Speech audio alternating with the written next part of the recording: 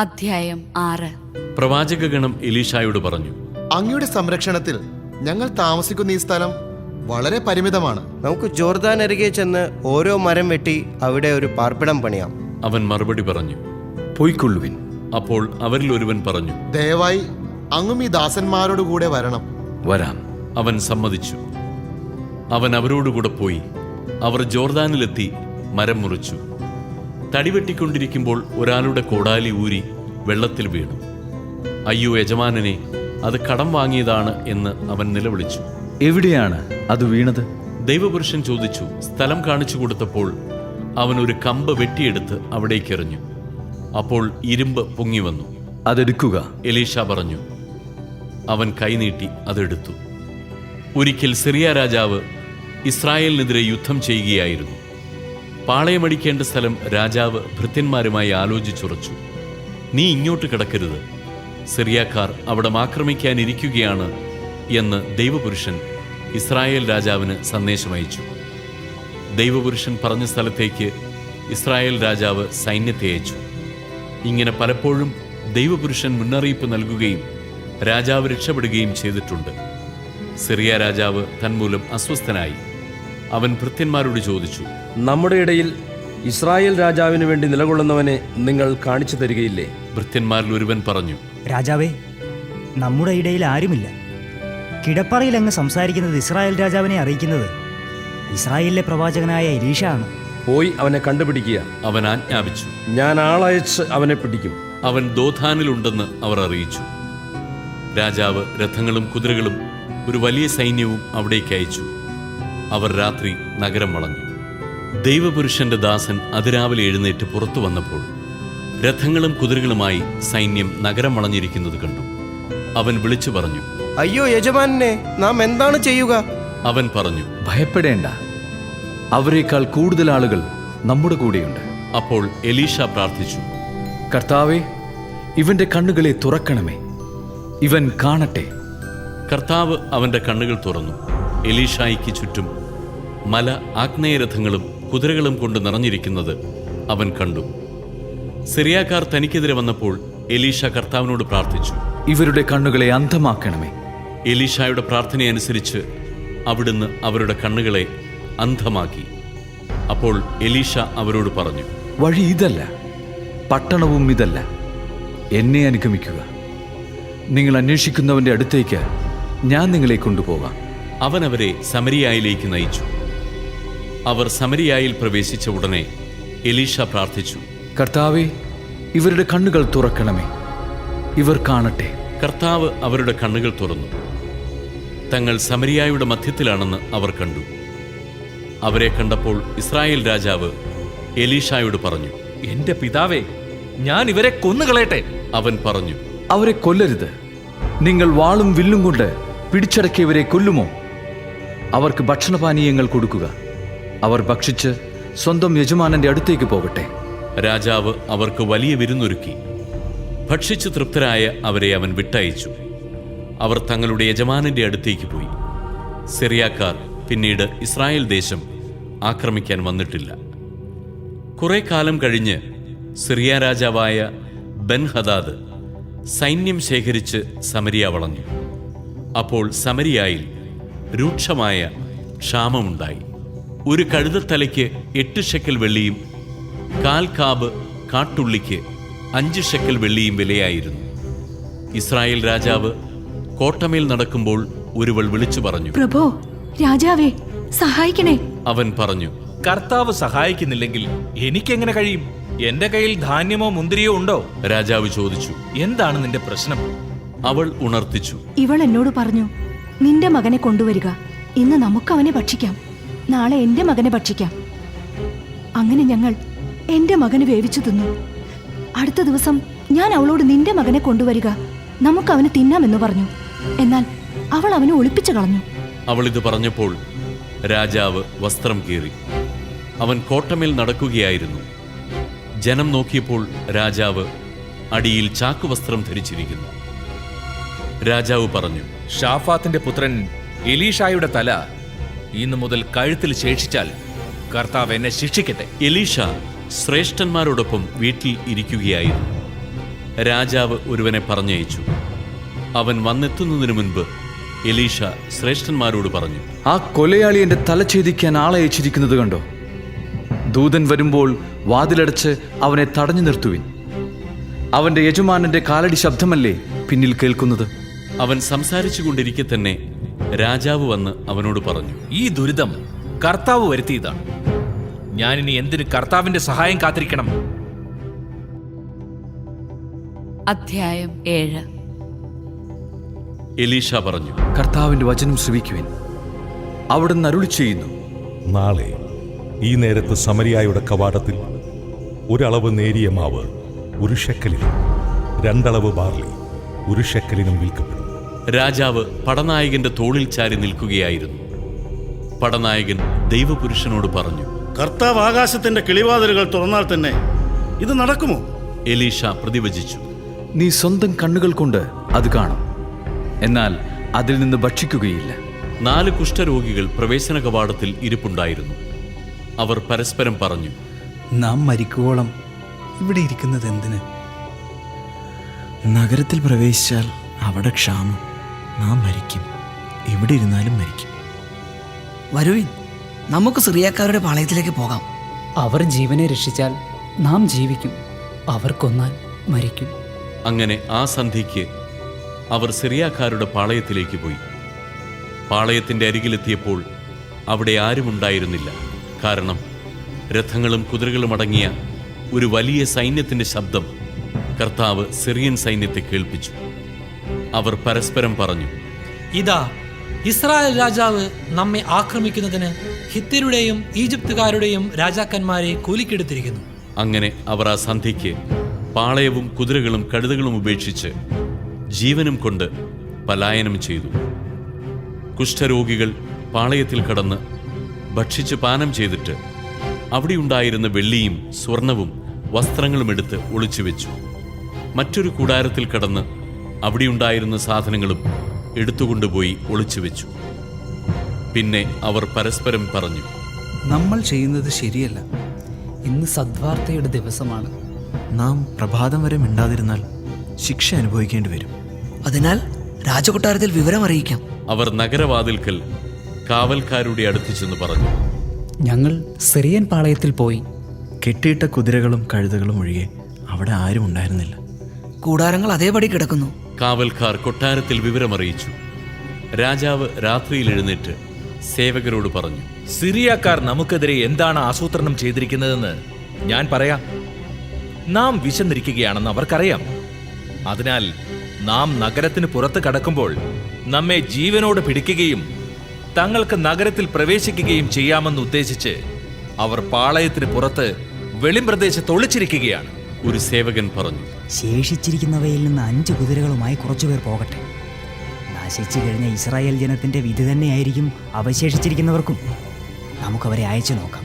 പോയി നോക്കൂ എന്ന് പറഞ്ഞ് രാജാവ് തേരാളികളുടെ 2 സംഘത്തെ സിറിയാക്കാരുടെ പാളയത്തിലേക്ക് അയച്ചു. അവർ ജോർദാൻ വരെ ചെന്നു. പാഞ്ഞുപോയ സിറിയാക്കാർ ഉപേക്ഷിച്ച വസ്ത്രങ്ങളും ആയുധങ്ങളും വഴിനീളെ ചിതറിക്കിടക്കുന്നത് അവർ കണ്ടു. ദൂതന്മാർ മടങ്ങിവന്ന് രാജാവിനോട് വിവരം പറഞ്ഞു. അനന്തരം ജനം സിറിയാക്കാരുടെ പാളയത്തിൽ കടന്ന് കൊള്ളയടിച്ചു. അങ്ങനെ കർത്താവ് അരുളി ചെയ്തതുപോലെ ഒരളവ് നേരിയ മാവ് 1 ഷെക്കലിനും 2 അളവ് ബാർലി 1 ഷെക്കലിനും വിൽക്കപ്പെട്ടു. രാജാവ് തന്റെ അംഗരക്ഷകനെ പടിവാതിലിന്റെ ചുമതലയേൽപ്പിച്ചു. പടിവാതിൽക്കൽ തിങ്ങിക്കൂടിയ ജനം ചവിട്ടിമെതിച്ച് അവൻ മരിച്ചു. തന്റെ അടുത്തു വന്ന രാജാവിനോട് ദൈവപുരുഷൻ പറഞ്ഞിരുന്നതുപോലെ സംഭവിച്ചു. ദൈവപുരുഷൻ രാജാവിനോട് 2 അളവ് ബാർലി 1 ഷെക്കലിനും 1 അളവ് നേരിയ മാവ് 1 ഷെക്കലിനും നാളെ ഈ സമയം സമരിയായുടെ കവാടത്തിൽ വിൽക്കപ്പെടും എന്ന് പറഞ്ഞപ്പോൾ കർത്താവ് ആകാശത്തിന്റെ കിളിവാതിലുകൾ തുറന്നാൽ തന്നെ ഇത് സംഭവിക്കുമോ എന്ന് ഈ പടത്തലവൻ ദൈവപുരുഷനോട് ചോദിച്ചിരുന്നു. അതിന് ദൈവപുരുഷൻ, നീ സ്വന്തം കണ്ണുകൊണ്ട് അത് കാണും, എന്നാൽ അതിൽ നിന്ന് ഭക്ഷിക്കുകയില്ല എന്ന് ഉത്തരം നൽകി. അങ്ങനെ ഇത് സംഭവിച്ചു. ജനം പടിവാതിൽക്കൽ അവനെ ചവിട്ടിമെതിച്ചു. അവൻ മരിച്ചു. അധ്യായം 8. താൻ പുനർജീവിപ്പിച്ച കുട്ടിയുടെ അമ്മയോട് എലീഷ പറഞ്ഞിരുന്നു. നീയും കുടുംബവും വീട് വിട്ട് കുറച്ചുകാലം എവിടെയെങ്കിലും പോയി താമസിക്കുക. കർത്താവ് ഈ നാട്ടിൽ ക്ഷാമം വരുത്തും. അത് 7 വർഷം നീണ്ടു നിൽക്കും. അവൾ ദൈവപുരുഷന്റെ വാക്കനുസരിച്ച് പ്രവർത്തിച്ചു. അവളും കുടുംബവും ഫിലിസ്തീനയുടെ നാട്ടിൽ പോയി 7 കൊല്ലം താമസിച്ചു. അതിനുശേഷം അവൾ മടങ്ങിവന്ന് രാജാവിനോട് തന്റെ വീടും ഭൂമിയും തിരികെ തരണമെന്ന് അപേക്ഷിച്ചു. എലീഷ ചെയ്ത വൻ കാര്യങ്ങൾ അവന്റെ ഭൃത്യൻ ഗഹസിയോട് രാജാവ് ചോദിച്ചറിയുകയായിരുന്നു. എലീഷ മരിച്ചവനെ ജീവിപ്പിച്ച കാര്യം അവൻ രാജാവിനോട് പറഞ്ഞുകൊണ്ടിരിക്കെ ജീവൻ വീണ്ടുകിട്ടിയ കുട്ടിയുടെ അമ്മ രാജാവിന്റെ അടുത്തു വന്നു തന്റെ വീടും ഭൂമിയും ആവശ്യപ്പെട്ടു. ഉടനെ ഗഹസി, രാജാവേ, ഇവളുടെ മകനെയാണ് എലീഷ പുനർജീവിപ്പിച്ചത് എന്ന് പറഞ്ഞു. രാജാവ് ചോദിച്ചപ്പോൾ അവൾ വിവരം പറഞ്ഞു.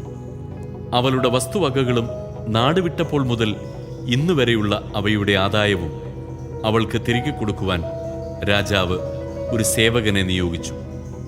അക്കാലത്ത് എലീഷ ദമാസ്കസിലെത്തി. സിറിയ രാജാവായ ബൻഹദാദ് രോഗഗ്രസ്തനായിരുന്നു. ദൈവപുരുഷൻ വന്നെന്നറിഞ്ഞ് രാജാവ് ഹസായേലിനോട് പറഞ്ഞു, നീ ഒരു സമ്മാനവുമായി ചെന്ന് ഞാൻ രോഗവിമുക്തനാകുമോ എന്ന് കർത്താവിനോട് ആരായാൻ ദൈവപുരുഷനോട് അഭ്യർത്ഥിക്കുക. അവൻ ദൈവപുരുഷനെ കാണാൻ ചെന്നു. ദമാസ്കസിൽ നിന്ന് 40 ഒട്ടകച്ചുമട് സാധനങ്ങൾ സമ്മാനമായി എടുത്തിരുന്നു.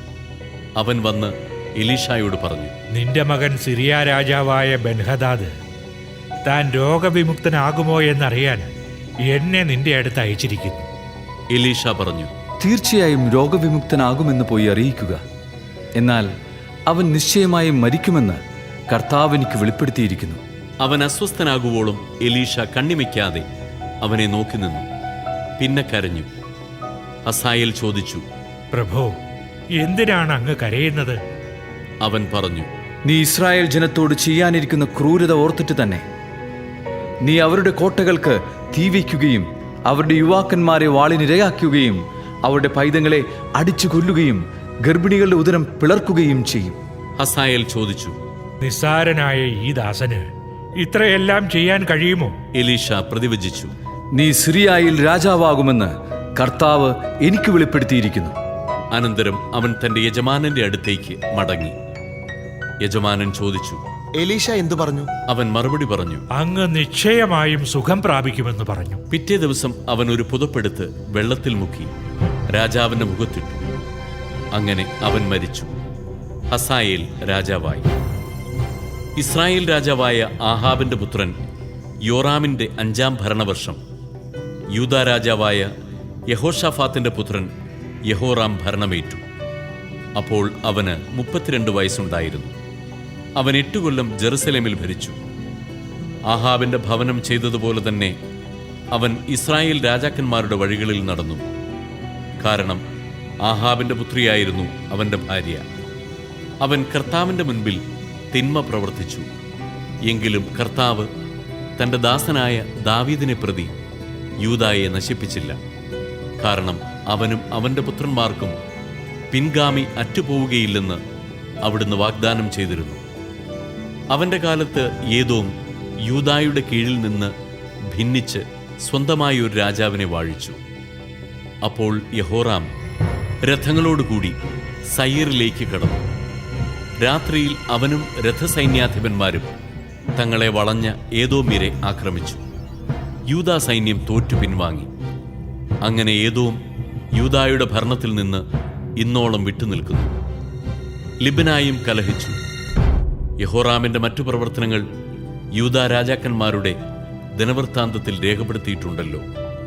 യഹോറാം മരിച്ചു. പിതാക്കന്മാരോടൊപ്പം ദാവീദിന്റെ നഗരത്തിൽ സംസ്കരിക്കപ്പെട്ടു. പുത്രൻ അഹസിയ ഭരണമേറ്റു.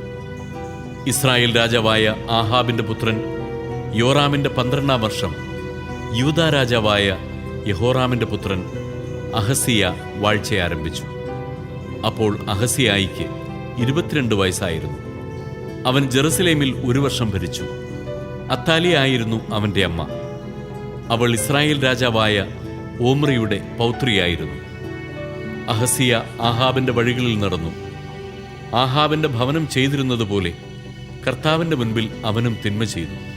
കാരണം ആഹാബിന്റെ ഭവനത്തോട് അവൻ വിവാഹം വഴി ബന്ധപ്പെട്ടിരുന്നു.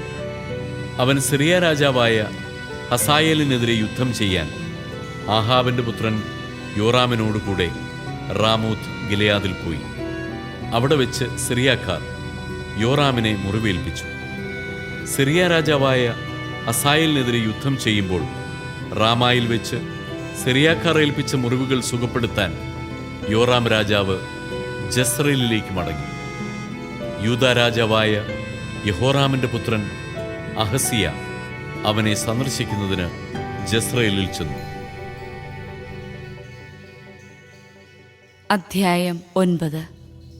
എലീഷ പ്രവാചകൻ പ്രവാചകഗണത്തിൽ ഒരുവനെ വിളിച്ചു പറഞ്ഞു, അരമുറുക്കി ഒരു പാത്രം തൈലമെടുത്ത് റാമോത്ത് ഗിലെയാദിലേക്ക് പോവുക. അവിടെ എത്തി നിംഷിയുടെ പൗത്രനും യഹോഷാഫാത്തിന്റെ പുത്രനുമായ യേഹുവിനെ അന്വേഷിക്കുക. അവനെ ഒറ്റയ്ക്ക് ഉള്ളറയിലേക്ക് വിളിച്ചുകൊണ്ടുപോവുക.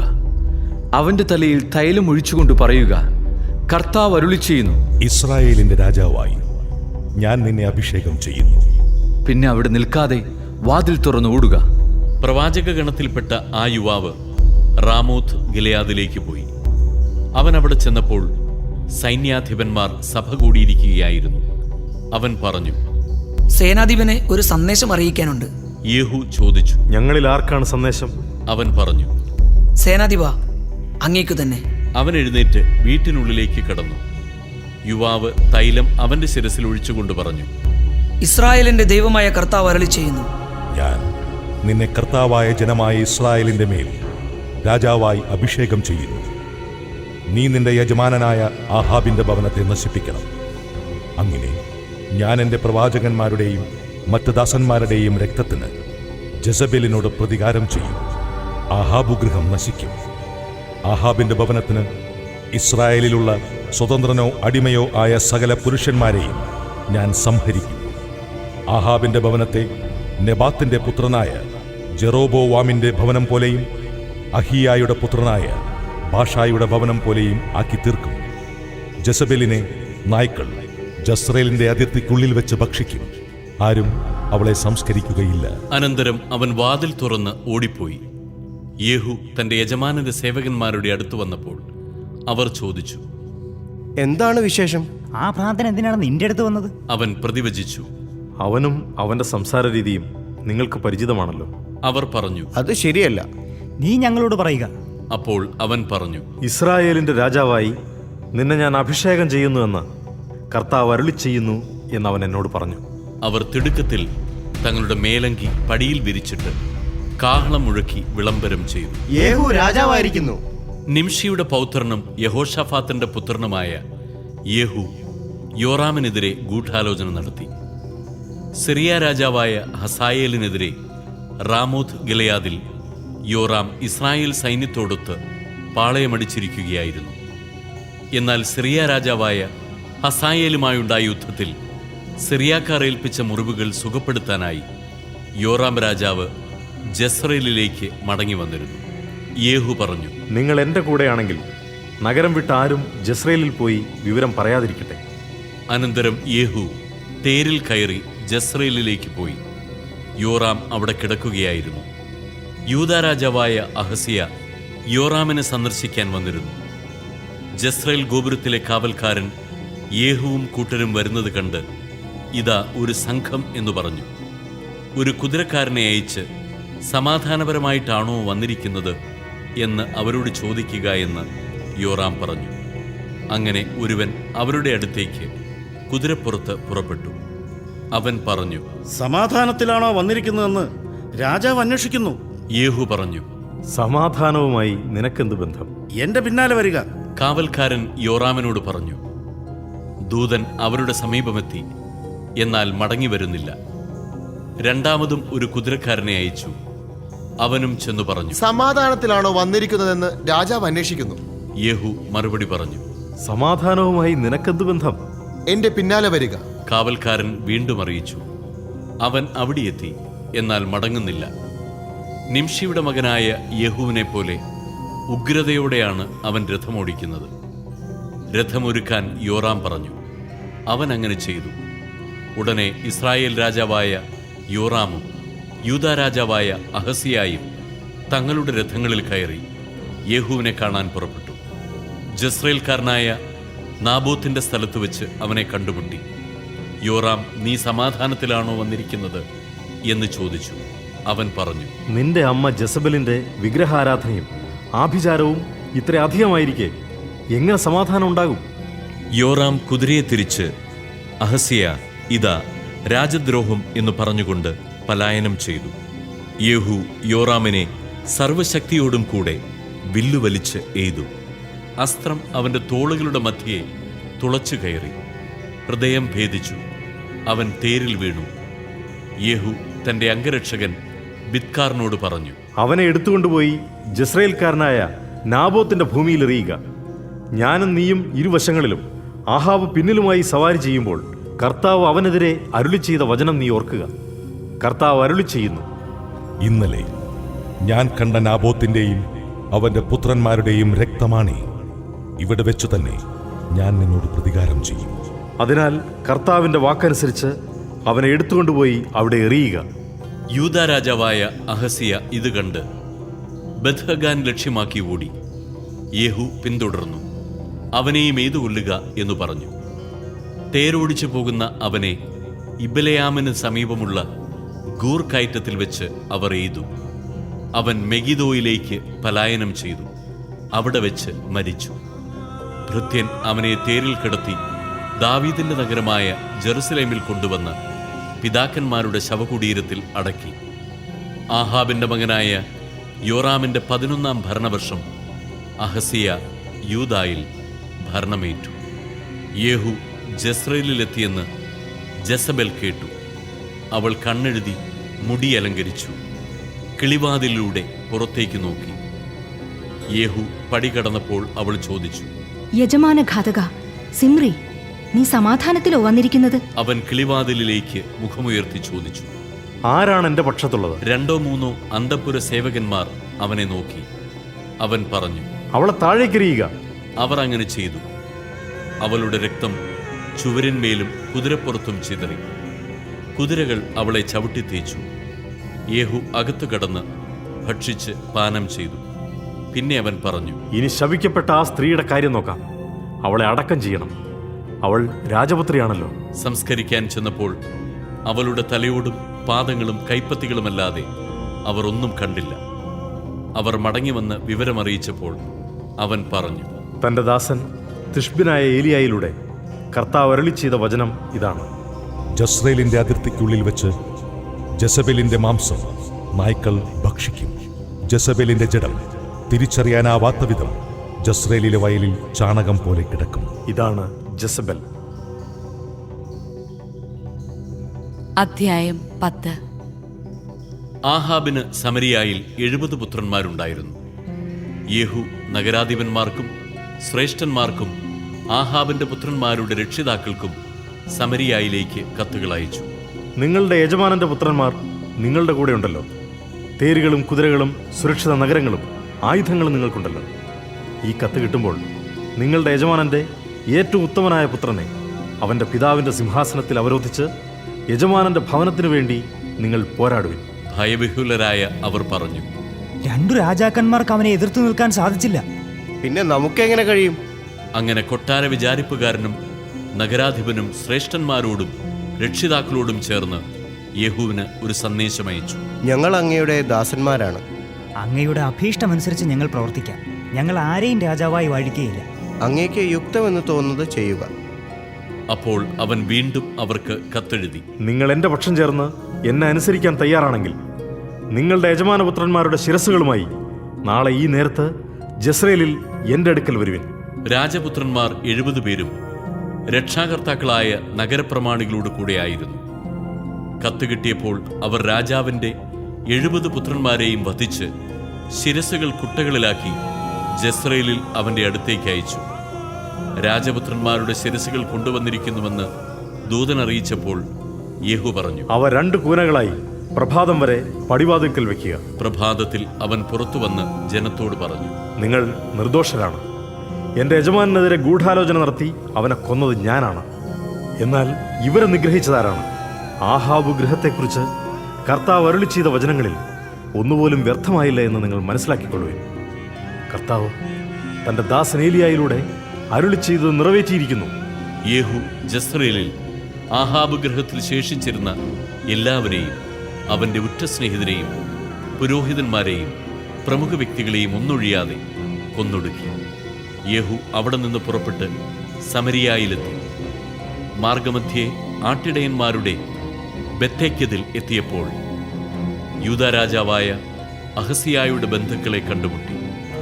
അവൻ അവരോട് ചോദിച്ചു, നിങ്ങൾ ആരാണ്? അവർ മറുപടി പറഞ്ഞു, ഞങ്ങൾ അഹസ്യായുടെ ബന്ധുക്കളാണ്. ഞങ്ങൾ രാജ്ഞിപുത്രന്മാരെയും മറ്റു കുമാരന്മാരെയും സന്ദർശിക്കാൻ വന്നതാണ്. അവൻ പറഞ്ഞു, അവരെ ജീവനോടെ പിടിക്കുവിൻ. അവർ അവരെ പിടിച്ച് ബെത്തക്കതിലെ കിണറ്റിൻകരയിൽ വെച്ച് വധിച്ചു. അവർ 42 പേരുണ്ടായിരുന്നു, ആരും അവശേഷിച്ചില്ല. യേഹു അവിടെ നിന്ന് പുറപ്പെട്ടപ്പോൾ തന്നെ സന്ദർശിക്കാൻ വരുന്ന റക്കാബിന്റെ പുത്രൻ യഹോനാദാബിനെ കണ്ടു. മംഗളം ആശംസിച്ചുകൊണ്ട് അവൻ പറഞ്ഞു, എനിക്ക് നിന്നോടുള്ളതുപോലെ നിനക്ക് എന്നോട് വിശ്വസ്തയുണ്ടോ? യഹോനാദാബ് മറുപടി പറഞ്ഞു, ഉവ്. യേഹു പ്രതിവചിച്ചു, അങ്ങനെയെങ്കിൽ കൈതരുക. അവൻ കൈ കൊടുത്തു. ഉടനെ യേഹു അവനെ തന്റെ രഥത്തിൽ കയറ്റി. അവൻ പറഞ്ഞു, എന്നോട് കൂടെ വന്ന് കർത്താവിനോടുള്ള എൻ്റെ ഭക്തിയുടെ തീവ്രത കാണുക. അങ്ങനെ അവർ യാത്ര തുടർന്നു. അവൻ സമരിയായിലെത്തിയപ്പോൾ ആഹാബിന്റെ ഭവനത്തിൽ അവശേഷിച്ചിരുന്നവരെ സംഹരിച്ചു. കർത്താവ് ഏലിയായിലൂടെ അരുളി ചെയ്തത് അങ്ങനെ നിറവേറി. യേഹു ജനത്തെ വിളിച്ചുകൂട്ടി അവരോട് പറഞ്ഞു, ആഹാബ് ബാലിനെ കുറച്ചേ സേവിച്ചിട്ടുള്ളൂ, എന്നാൽ യേഹു അവനെ അധികം സേവിക്കും. അതിനാൽ ബാലിന്റെ പ്രവാചകന്മാരെയും ആരാധകന്മാരെയും പുരോഹിതന്മാരെയും ഒന്നൊഴിയാതെ എൻ്റെ അടുക്കൽ ഒരുമിച്ച് കൂട്ടുവിൻ. ഞാൻ ബാലിനൊരു വലിയ ബലിയർപ്പിക്കും, വരാത്തവൻ വധിക്കപ്പെടും. ബാലിന്റെ ആരാധകന്മാരെ നശിപ്പിക്കാൻ യേഹു പ്രയോഗിച്ച തന്ത്രമായിരുന്നു ഇത്. യേഹു കൽപ്പിച്ചു, ബാലിനൊരു തിരുനാൾ പ്രഖ്യാപിക്കുവിൻ. അവർ അത് വിളംബരം ചെയ്തു. ഇസ്രായേലിലെങ്ങും അവൻ സന്ദേശമയച്ചു. ബാലിന്റെ ആരാധകരെല്ലാം വന്നു ചേർന്നു, ആരും വരാതിരുന്നില്ല. അവർ ബാലിന്റെ ആലയത്തിൽ പ്രവേശിച്ചു. ആലയം നിറഞ്ഞു കവിഞ്ഞു. അവൻ ചമയപ്പുര വിചാരിപ്പുകാരനോട് പറഞ്ഞു, ബാലിന്റെ ആരാധകർക്ക് അങ്കികൾ കൊണ്ടുവരുവിൻ. അവൻ അവ കൊണ്ടുവന്നു. തുടർന്ന് യേഹു റക്കാബിന്റെ പുത്രനായ യഹോനാദാബുമൊത്ത് ബാലിന്റെ ആലയത്തിൽ പ്രവേശിച്ചു. അവൻ ബാലിന്റെ ആരാധകരോട് പറഞ്ഞു, ഇവിടെ ബാലിന്റെ ആരാധകരല്ലാതെ കർത്താവിന്റെ ദാസന്മാർ ആരുമില്ലെന്ന് ഉറപ്പുവരുത്തുവിൻ. അനന്തരം യേഹു കാഴ്ചകളും ദഹനബലികളും അർപ്പിക്കുന്നതിന് ഒരുങ്ങി. അവൻ 80 പേരെ പുറത്തു നിർത്തിയിരുന്നു.